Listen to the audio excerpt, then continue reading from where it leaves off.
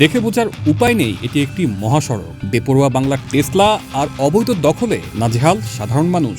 বলছি গাজীপুর সিটি কর্পোরেশনের কোনাবাড়ি এলাকার মহাসড়কের কথা, যেখানে নিয়ম যেন বইয়ের ভাষাতেই সীমাবদ্ধ। দাপিয়ে বেড়াচ্ছে ব্যাটারি চালিত অটোরিকশা, দখল হয়ে যাচ্ছে ফুটপাত আর সড়ক, আর এতে প্রতিদিনই বাড়ছে যানজট আর দুর্ঘটনার ঝুঁকি।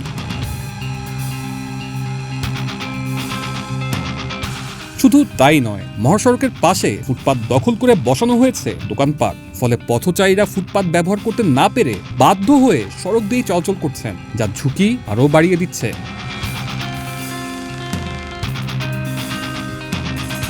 স্থানীয়দের অভিযোগ, দিনের বেশিরভাগ সময় মহাসড়কের একটি বড় অংশ কার্যত দখল থাকে। সকাল আর সন্ধ্যার ব্যস্ত সময়ে পরিস্থিতি সবচেয়ে ভয়াবহ হয়ে ওঠে। ফ্লাইওভারটা কেউ আসলে ইউজ করে না। আপনার অটোগুলায় ম্যাক্সিমাম হচ্ছে যে আমবাগ মোড়ে সবসময় ভিড় করে। এখান থেকে তাদেরকে বিভিন্ন লোক আমাদের কাজে যারা আছে, যারা ট্রাফিকের কাজ করতে সরাইতে চাচ্ছে কিন্তু সরাইতে পারছে না। এটাই মূল কারণ। আর ফুটপাতে চলাচল তো দেখতেই পাচ্ছেন, সব প্রত্যেকটা ফুটপাত দখল। কিছুক্ষণ পরে আর 1 ঘন্টা পরে দেখবেন যে রাস্তার অর্ধেক অংশ দখল হয়ে যায়। একটা সমস্যা হয়েছে কি, অটোরিকশাগুলা রং সাইড দিয়ে চলাচল করে, ঠিক আছে, এই কারণে সমস্যাগুলো বেশি হয়। পরশু দিনে আমি রাস্তা পারাবার গেলে এই সাইড দিয়ে রাস্তা পারাই, অটোরিকশা অমনির তো নাই, অমনির দেওয়ার নিয়ম নাই। আমি এই হাতে বাড়ি খেয়ে দেন, আমার হাতের কি অবস্থা হয়েছে এই অটোরিকশার কারণে। বুঝতে এই অটোরিকশাগুলাই সমস্যা। ভুক্তভোগী পথচারী ও যাত্রীরা জানান, অবৈধ অটোরিকশা আর দখলের কারণে প্রতিদিনই তাদের এমন দুর্ভোগ পোহাতে হচ্ছে।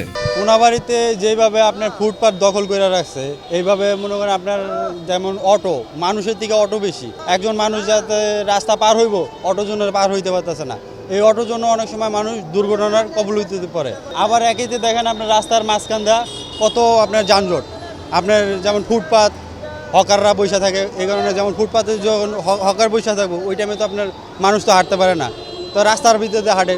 ওই সময় দেখা গেছে একটা অটো আসলো, মানুষের শরীরে লাগাই দিল, তো মানুষটা একটা দুর্ঘটনার শিকার হইল।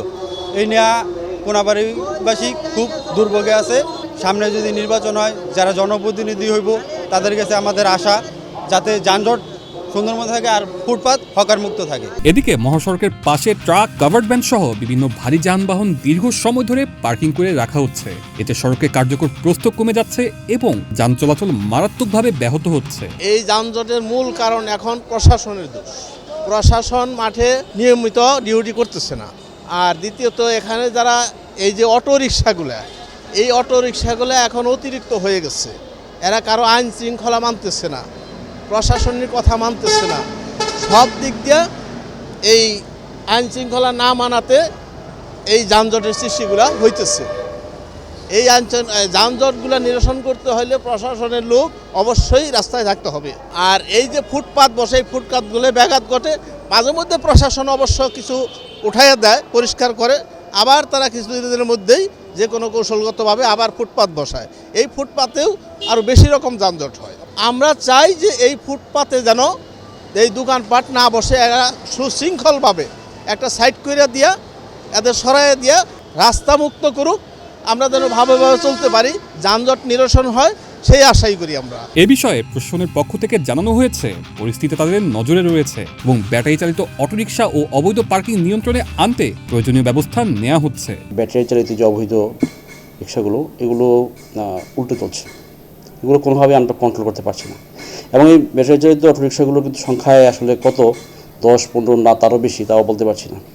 আমরা চেষ্টা করি, যখন আমাদের যে পেট্রোল পাম্পে ডিউটি করে, চেষ্টা করি ভাই বলি আপনি একটু সঠিক পথে যান, হয়তো আমার দাঁড়ালে যায়, যখন আমরা সরে যাচ্ছি আবার উল্টো পথে যাচ্ছি। আর যে বাসগুলো আছে, এই বাসগুলো আমার কাছে মনে হয় এদের চালকরা আসলে চালক হিসাবে এরা দক্ষ না।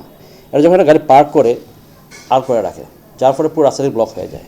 এবং এখানে ফ্লাইওভারগুলোর নিচে অনেকগুলো চায়ের স্টল সহ অনেক কিছু অবৈধ কিছু হয়েছে, যেগুলো কোনো পরিকল্পনা মাফিক নয়। আমি আশাবাদী, যদি আমরা সবাই মিলে একসাথে কাজ করি, আমরা একে অপরের প্রতিবন্ধক না হয়ে পরিপূরক হিসেবে কাজ করি, আমি বিশ্বাস করি আমাদের এই যে একটা অচল অবস্থা, একটা খারাপ অবস্থা থেকে আমরা উত্তরণ করতে পারবো।